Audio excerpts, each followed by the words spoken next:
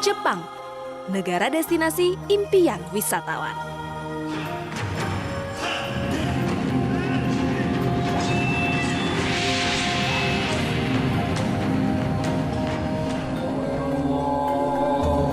Kini Jepang tengah mengembangkan dunia pariwisatanya menjadi negara yang ramah bagi wisatawan Muslim. Dalam journey kali ini, saya Clara Verina akan mengajak Anda ke salah satu prefektur yang ada di Jepang, Aichi. Terletak di bagian tengah Jepang, Aichi merupakan tanah kelahiran para samurai.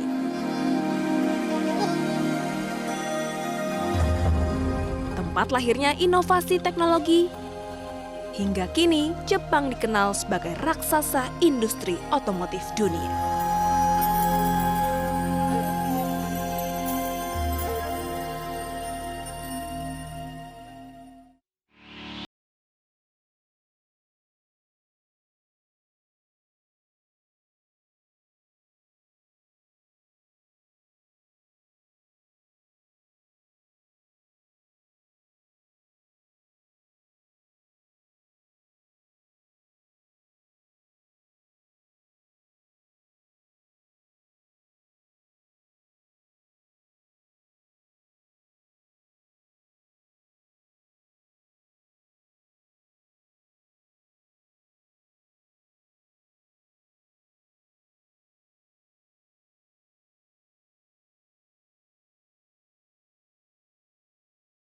Di antaranya vending machine,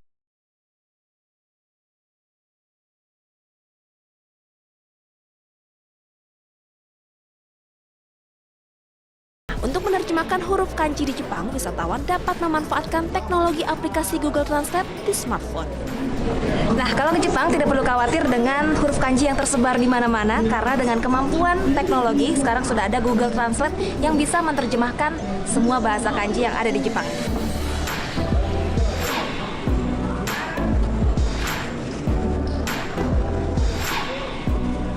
Selain itu, Jepang juga serius menyediakan fasilitas bagi wisatawan Muslim. Salah satunya dengan menyediakan ruang sholat di beberapa titik keramaian seperti di Bandar Udara International Center Chubu Nagoya Aichi ini. Hal ini untuk memberikan kenyamanan bagi wisatawan Muslim yang berkunjung ke Jepang. Allahu Akbar.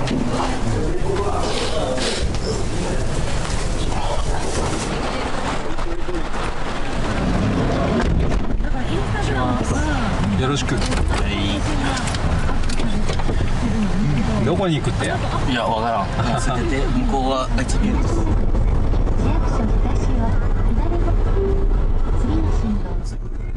Prefektur Aichi Jepang merupakan tanah kelahiran para samurai.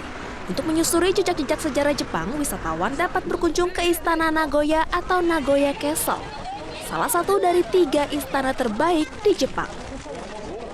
Nagoya Castle merupakan simbol kota Nagoya yang banyak dikunjungi wisatawan mancanegara.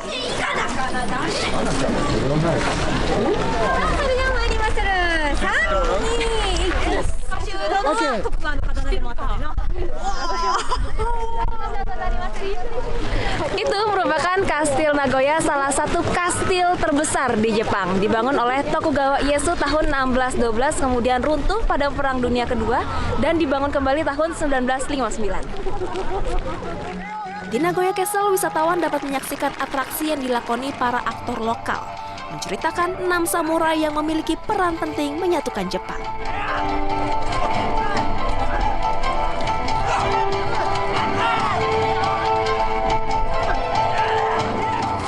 Saat itu Oda Nobunaga memimpin jenderal-jenderal terkenal seperti Toyotomi Hideyoshi dan juga Tokugawa Ieyasu untuk mempersatukan Jepang.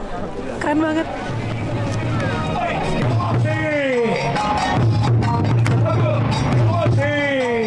Pada akhir abad ke-12, samurai identik dengan prajurit elit dari kalangan bangsawan. Samurai memiliki seperangkat tata cara kesatriaan yang dikenal sebagai Bushido. Nilai-nilai moral samurai menekankan kombinasi antara kesederhanaan, kesetiaan, penguasaan seni bela diri, dan kehormatan sampai mati. Menariknya yang nonton ini memang banyak sekali orang-orang Jepang dan sangat terharu melihat bagaimana orang-orang Jepang begitu menghargai sejarah negeri mereka sendiri. Hingga kini nilai-nilai para samurai tetap tertanam dalam diri masyarakat Jepang. dan diterapkan dalam berbagai aspek kehidupan yang lain.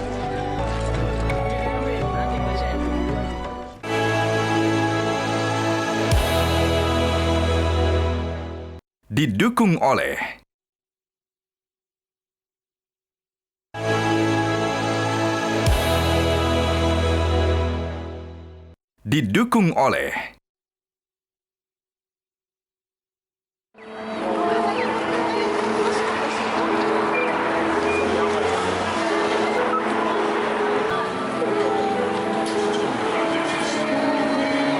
Jadi beginilah suasana malam hari di Nagoya, Jepang. Sangat berbeda dengan suasana di siang hari karena di malam hari lampunya mulai menyala.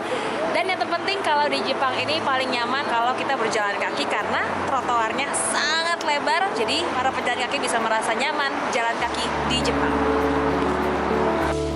Menyusuri kota Nagoya di malam hari, saya tertarik untuk mengunjungi salah satu toko swalayan yang menjual berbagai produk kecantikan. Jepang memiliki produk-produk kecantikan yang cukup populer di kalangan perempuan. Bahkan, negeri Sakura ini juga memproduksi produk kecantikan yang halal bagi perempuan muslim. Ini semua made in Japan, tapi untuk Muslim friendly ya, halal. Namun tak hanya terbatas pada umat muslim saja, produk kosmetik ini juga terkenal di kalangan non-muslim. Bagi wisatawan muslim tidak perlu khawatir kalau ke Jepang dijual produk-produk kosmetik yang halal. Produk-produk kosmetik ini diproduksi langsung oleh Jepang dan 100% berbahan organik. Kini Jepang serius mengembangkan dunia pariwisatanya menjadi negara yang ramah bagi wisatawan muslim. Selain memproduksi produk kecantikan halal, Jepang juga menawarkan menu makanan yang ramah bagi umat muslim di beberapa restoran. Salah satunya restoran yang terletak di pusat kota Nagoya ini. Kepitingnya gede banget. Nggak serem kan? Enggak, ini dia. Pegang ininya dulu, yang Mana? ada capitnya nih.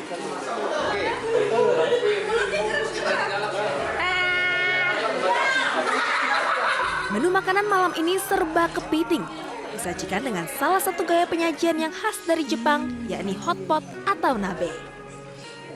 Ditambah dengan kelezatan kepiting yang dibalut dengan telur dan tempura kepiting. Restoran ini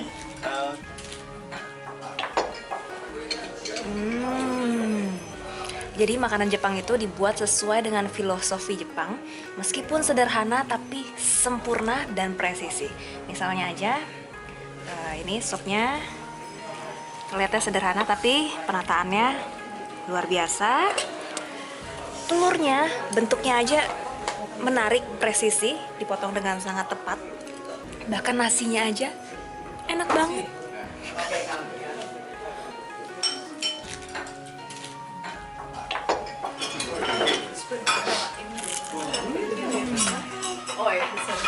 Dan yang terpenting, seluruh makanan yang ada di restoran ini halal, jadi aman bagi wisatawan muslim. Tidak mengandung babi dan juga tidak mengandung alkohol. Dengan demikian, wisatawan Indonesia yang ingin berwisata ke Jepang tak perlu khawatir. Sebagai negara sahabat, negeri bambu ini siap menyambut wisatawan muslim Indonesia.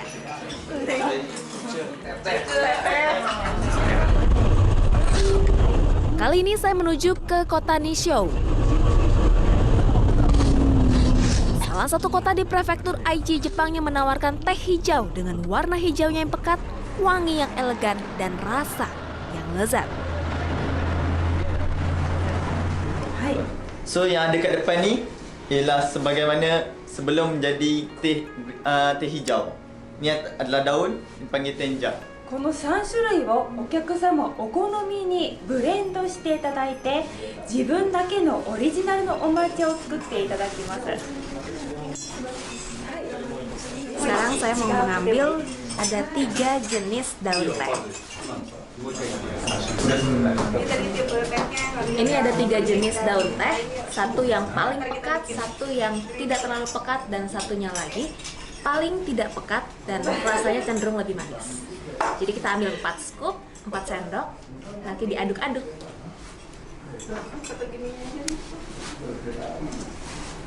Di Museum Teh Hijau ini, wisatawan dapat mengetahui cara menghasilkan teh hijau berkualitas tinggi. Salah satunya ialah mencoba menggiling daun teh hijau dengan menggunakan alat penggiling. Alat ini namanya causut, digunakan untuk menggiling daun teh hijau. Langsung mempraktekkan aromanya aja. Salah satunya ialah mencoba menggiling daun teh hijau dengan menggunakan alat ini. Lumayan juga ya. Masih banyak nih daunnya. Bubuk teh hijaunya sudah mulai keluar.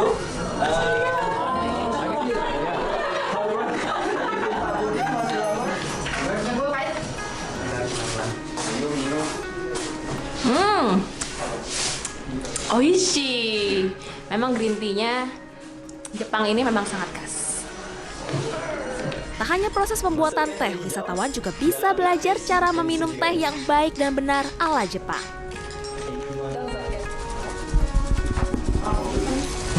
Sekarang diaduk dengan teknik aduknya berbentuk seperti ini dengan menggunakan alat yang khusus untuk menghasilkan buih di atas green tea ini. Dulu baru diputar. Saya tidak tahu kalau cara meminum teh di Jepang sangat bertahap. Sekarang saya akan mencoba mengikuti apa yang sudah diajarkan. Pertama-tama, bagian ini, bagian yang ada gambarnya harus menghadap ke kita. Tampung menggunakan tangan kiri, pegang dengan tangan kanan, putar 2 kali, lalu boleh saya minum.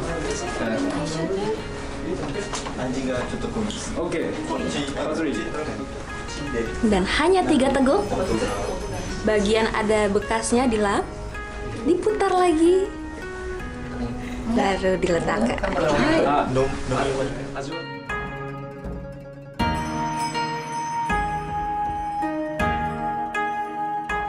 Ternyata bagi masyarakat Jepang, teh hijau bukan hanya sekedar untuk dinikmati, melainkan sebuah budaya dan tradisi. Kini matcha menjadi sebuah rasa yang populer, tak hanya di Jepang, melainkan di seluruh dunia.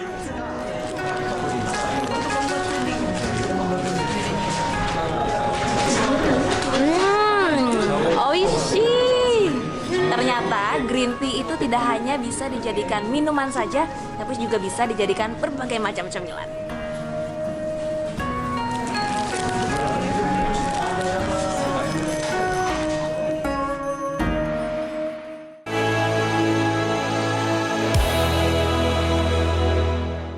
Didukung oleh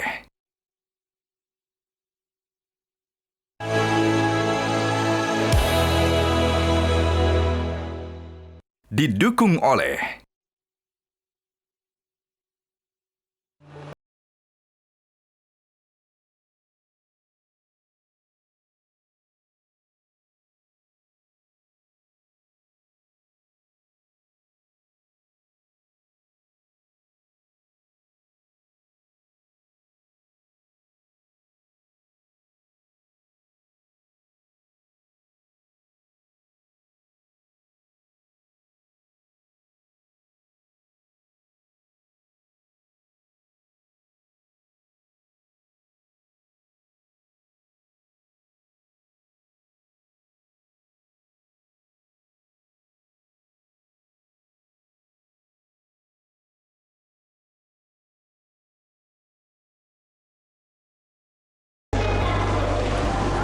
Dari pabrik tekstil, sekarang kita akan melihat bagaimana mereka bertransformasi menjadi pabrik otomotif.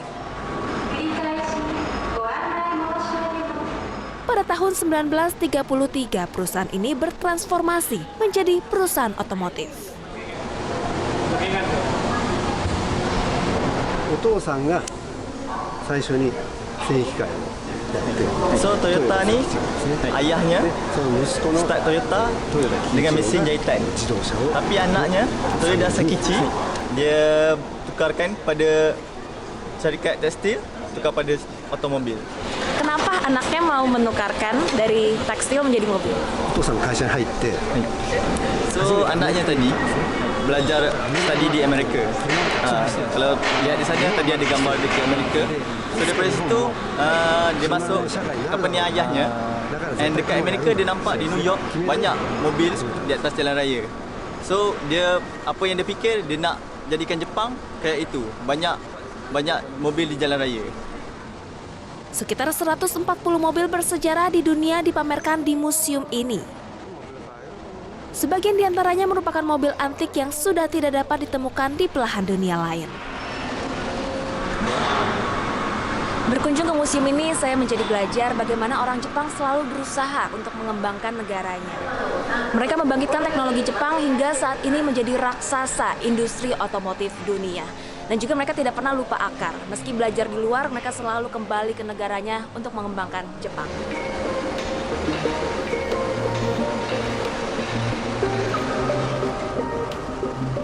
Wah, ternyata di Nagoya juga ada masjid. Nah, di Nagoya ini hanya ada satu masjid, tapi untuk prefektur Aichi sendiri, ini ada 24 masjid. Kita lihat ke dalam yuk.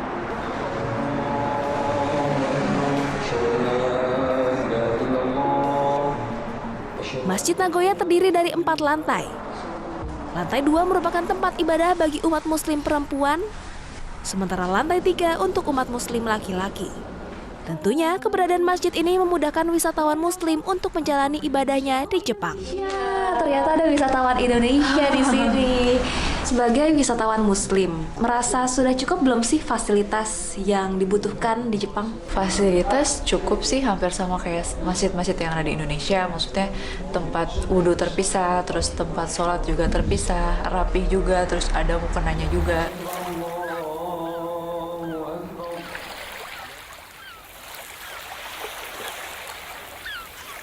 Jepang merupakan negara kepulauan, terdiri dari 50 pulau. Pulau Takeshima yang terletak di kota Gamagori, prefektur Aichi ini merupakan salah satunya. Takeshima merupakan sebuah pulau kecil yang dekat dengan daratan. Untuk mencapai Pulau Takeshima hanya perlu melewati jembatan sepanjang 387 meter ini.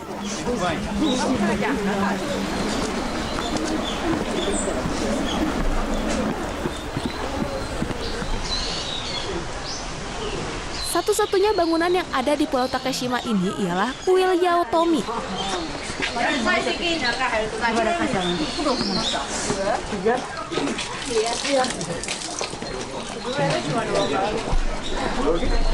Sebelum masuk ke dalam tempel, ada ritual yang harus dilakukan. Tujuannya ialah untuk membersihkan diri. Caranya, ambil air dengan menggunakan gayung unik ini, bilas tangan kiri, bilas tangan kanan, kemudian kumur, dan yang terakhir dialirkan ke bawah.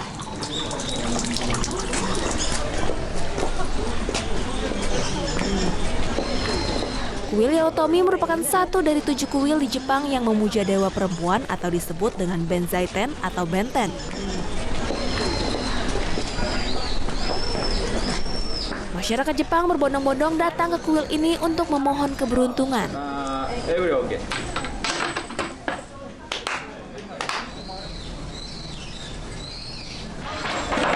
Ritual ini ialah meminta keberuntungan dan memohon permintaan kepada Tuhan. Nah, kalau saya meminta supaya bisa kembali lagi ke Jepang.